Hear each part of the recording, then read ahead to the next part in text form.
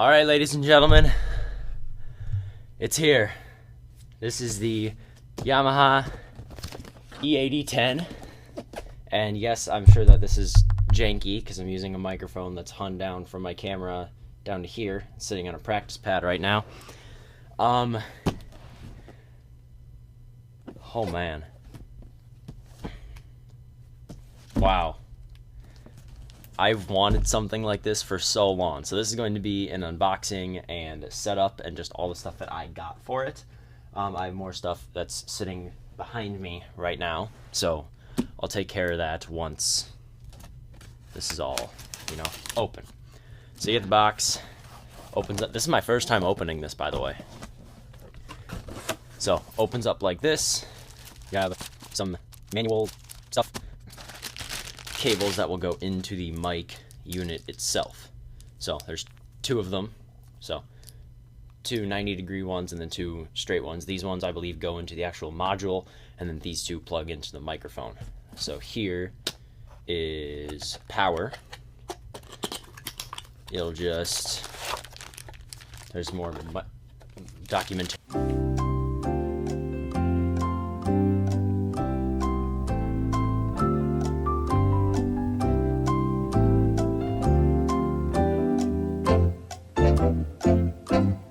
So, now here, we have the actual unit.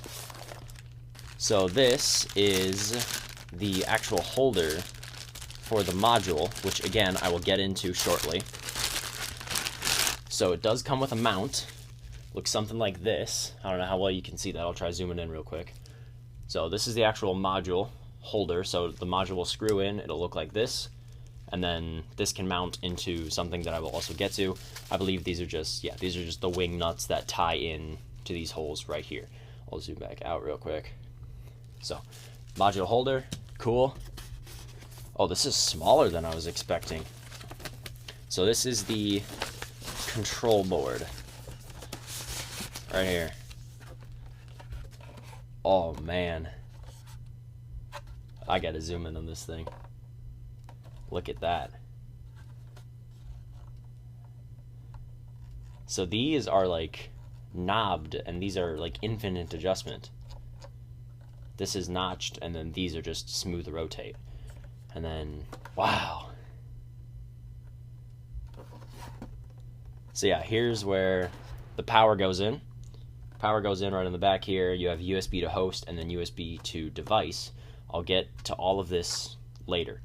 But yeah, you have, I think, 6 total trigger inputs. So these two are taken, and then that's the rest of them. So this is the control board. This will sit on this mount, so it'll look something like this. And now, the actual microphone. This is about the size I expected it to be. Man. It's metal, too. It's not plastic, although it does kind of look like a face. I noticed that. But yeah, that's a decent size. Cool. So then I'm pretty sure, yeah, so that's it in the box.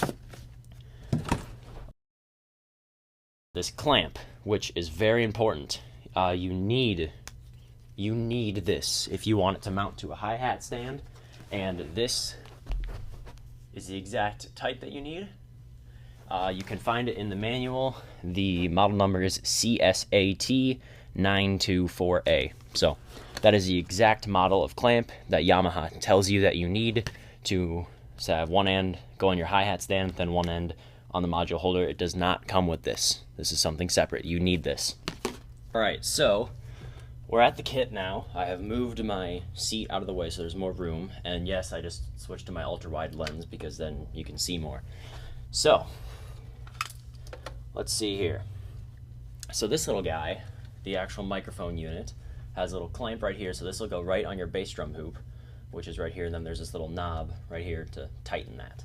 So I'm gonna put that on right now. Looks like I have to loosen it a little bit more. Get it in the middle, and it does not have to be too tight. You just want it to be snug so it doesn't, wobble around when you're doing blast beats and stuff. So that looks to be about good. And then this clamp. So I'm gonna put this on my hi-hat stand, and you can ignore that laptop over there. That's what I'll be streaming like right after I record this. So that's what that's there for. So I'm going to open this clamp up,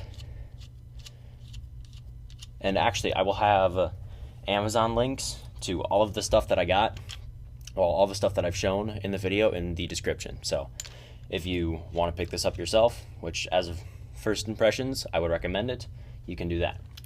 So I'm going to attach the clamp stand to my hi-hat.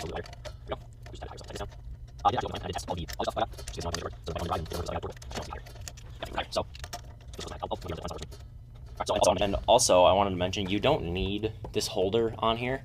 I'll zoom in so you can see what I'm talking about better. You don't need to have this holder on here. It's actually tightened by a drum key, so I'll have to loosen this if I want to adjust it. Yeah, you can like angle it like I'm doing right now, but you don't need this. You can just kind of set it flat on a tabletop like that if you really want to. So that's really up to you. Then you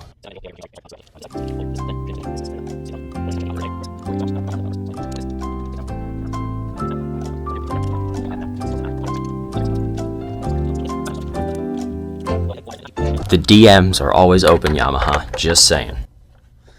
But yeah, so I'll put this right here. Oh, that's perfect right there. I like that. Tighten that down. Very sorry for the hi-hat noise, by the way. I don't want it too tight though. All right, so that looks good. I'll tighten the clamp right here. There, okay. So now we have the microphone right here and the unit installed. So now we have to plug the cables in here. You have two cables here, and on the unit you have B and A. You want to make sure that the cable B goes inside of B, and that A, it's trying to run away from me. Look at this, look at that, it's trying to run away. Come back. And you want to make sure that A goes inside of A. There should be a click, right? That's bizarre. Take two. There we go. All right. So now that those are done, over to the module. All right, now that we're back here, we have more super intense cable plugging in. So again, you have A and B. You want to make sure that cable B, as seen right here, goes inside of B, and that cable A goes inside of A. And now your drum set sounds better. Power plugs in here, comes with it. Can plug it in right on the back here, right next to these two. I'm sure you saw it when I went around the back here. There's a little loop to hold the cable so there's not too much tension on here. And then boom, press the power button. Boots up very quick, and then boom, your entire drum set's mic'd. That easy. And then when you want to shut down, just hold power, says shut down, please wait, and then boom, off. So that's all. Enjoy the rest of the video. So I understand that during the unboxing, I left the camera zoomed in on some parts. That's just because I got caught up in the excitement of, you know, the new microphone. Yeah, so I'm gonna go a bit more in depth here on how it works, what it comes with, what you need if you want to record anything, or just the full rundown, what you'll need. So firstly, this is the unit itself. It has a power cable, which is this thing running over here to any regular outlet. That's where the power plugs in, and then there's the two microphone cables right here, which I will get into. If you turn this on, screen lights up. Then the preset is something called Arena, and I will do a full demo of all of the presets at a later date, not right now. So you can either use these buttons to cycle through all of the presets, or you can use this scroll knob here, anything like that. These is how you can adjust the reverb. You can just adjust what type of reverb, the effect that's currently active on here, and then as well as the trigger. this is really all up to personal preference. So if you do decide to get this, I'm going to leave that up to you. I'm not going to show you what exact presets. Here is your master volume. This controls volume for everything, a very smooth rotation, I gotta say. This is the audio and click. So for example, when I was just streaming, I had this set as my monitoring device so I could hear the audio from this coming through here into my headphones, as well as all of the stream audio. So, oh, oopsies. Just reset that, there we go. So this will control the audio from either a auxiliary device, which I will get to on the back, or a metronome, which is right here. Press that metronome button, you can set a tempo. I'll just go as fast as I can, and looks like the max is 300 beats per minute. So just bring that down a little bit. There we go, that 62 is fine. So to exit, just press the exit button. Menu, a bunch of this stuff I've never really gone into, and that's, again, I'm just leaving that really up to you because this is just my setup and how you set the thing up to get recording. So that could possibly be in a later video, just a more in-depth kind of thing. So to listen to your recordings, you will need headphones, obviously, because it doesn't come with a speaker. However, it requires one of these big jacks like this. So you can buy one of these, a pack of 2 of these adapters on Amazon for like $9 or something like that. Not very expensive.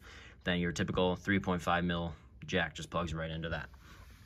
So that headphone input, let's see if I can get this, is right down here.